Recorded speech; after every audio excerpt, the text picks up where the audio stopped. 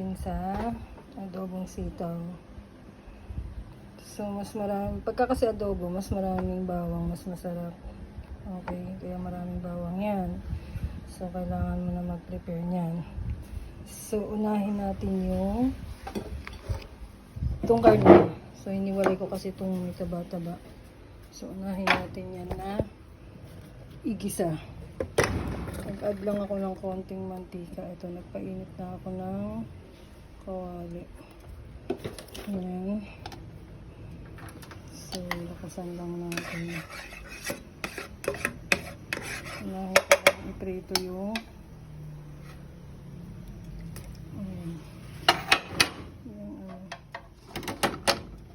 unahin ko lang iprito itong taba-taba.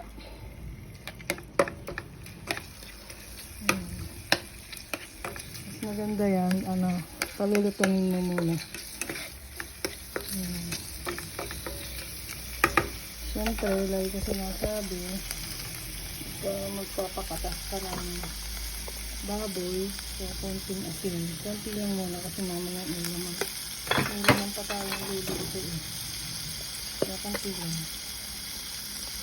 Konti. Kaya konting paminta. Ayan. Kaya haluin lang natin yun. Lalabasin lang natin yung kanyang mantika. Itakpan mo lang para magaling maluto. Kaya ano muna dyan hanggang sa maluto siya. Okay, check natin. Ayan. Parang, ay! Yun. Yung kalaban mo pagka may mga taba. Ito, 6. Pero maganda lang kasi dyan. Lalasas mo.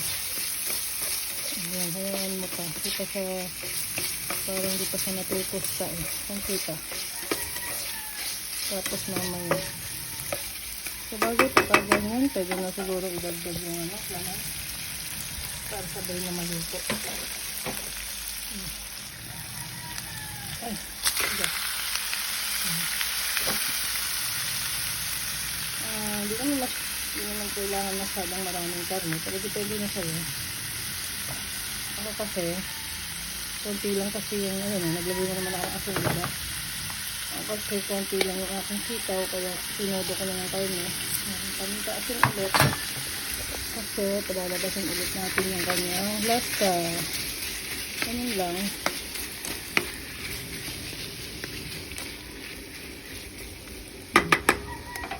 Takpan ulit para may maluto. Ano ulit? Mamaya ulit, balikan mo. Okay, balikan natin ulit. So, ayan. Medyo brown na siya. So, pwede na yan. Kasi, sabay namang maluluto yan. Tsaka yung iyong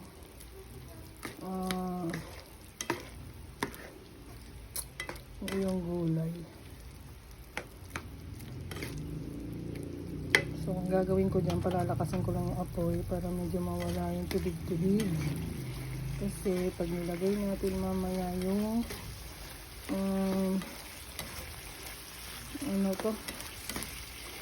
sitaw, magtutubig din siya ulit. Diba? So, ito, patutuyuin ko lang para magmantika lang kasi magigisa na tayo ng bawang sibuyas. Mamaya na ulit. Hanggang ganyan lang. Open lang yan. Ayan, usually, bali habang pinatutuyuan mo yan, huluin mo lang. Ayan, hatutuyuan mo, diba? Ganyan lang. Ayan, tuyo na yan eh. Bali parang mantika na lang yan.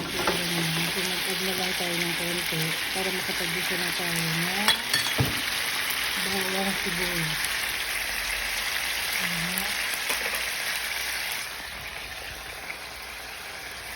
Ayan. Ayan, kasi hindi ko maano yung camera, pero nilagay ko na. Ayan. Ayan, diba? Nilagay ko na. At mukhang mauubusan ako ng gasolin lang. So, dilipat ako sa kuryente. Ayan, ubusan na nga ako ng gasol. Ayan, ito na. Piniprito ko na yung bawang at saka luya. Ay, bawang luya. Bawang sibuyas. Ayan. Mga amoy na nga. Ayan. Ayan. Bango na siya. Ayan.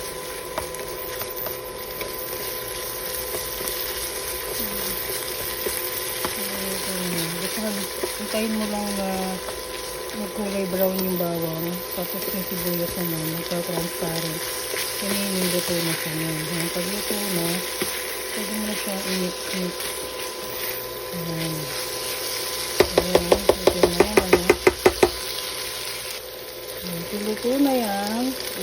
Luto na. So, ito na. Time to add na ng sitaw. Ayan. Tapos syempre, ipatlangan mo na yan.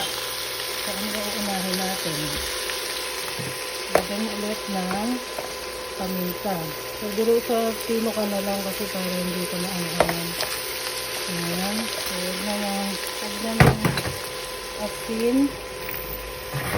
Okay na yung asin kasi masatayo naman tayo. Huwag tayo magagawin asin paminta lang. Tapos mga hindi kayo yung tamis. Kasi ano diba, marami ako niluluto, kaya medyo maraming kami. So ito, sa konti lang, siguro tama ng konti para sa'yo. Ayan. Tapos kailangan natin maglagay ng laurel. Siguro, tama na yung isa lang. Pagka ikaw isa lang siguro o dalawa, hindi na nga. Hindi rin masyadong maganda yung maraming laurel. Maglagay ka na ng toyo. Ikaw sukatin mo. Kailangan, kung gaano karami yung toyo, ganun din karami yung suka mo. Halimbawa, nagsimula ka sa, pag magluluto ka, simulan mo sa, pag nag-aadobo ka, simulan mo sa tatlong kutsara. Ayan.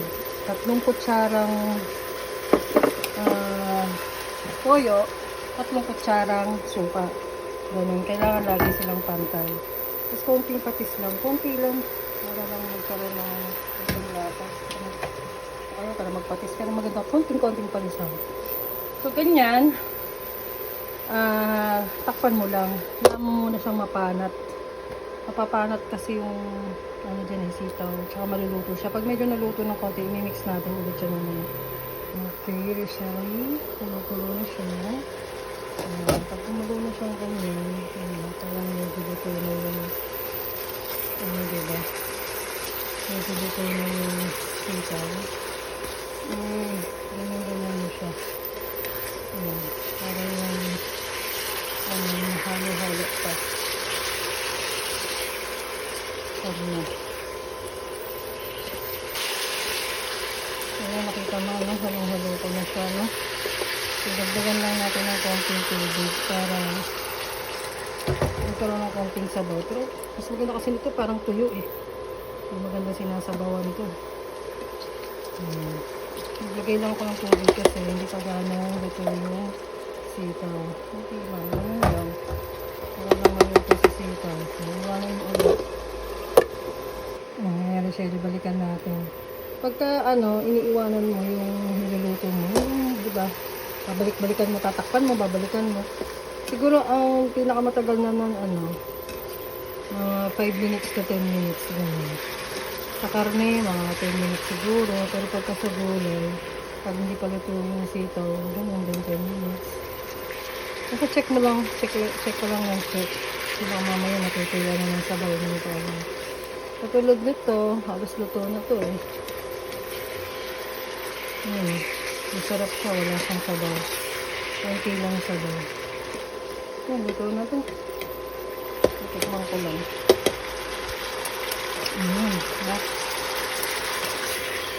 Sakto lang yung niya. Sagsasakto lang yung alat. Tamis, hindi nga siya maalat eh. Saktong-sakto lang. Ito yung masanay sa maalat. Masanay yun. Kaya pag naglalagay ka, konti-konti lang.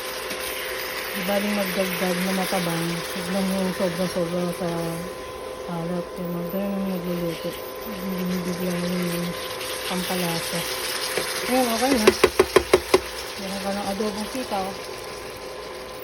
Kung walang adobo dyan na sitaw, na nabili kang sitaw, siguro pwede dyan string beans kung meron kayo dyan.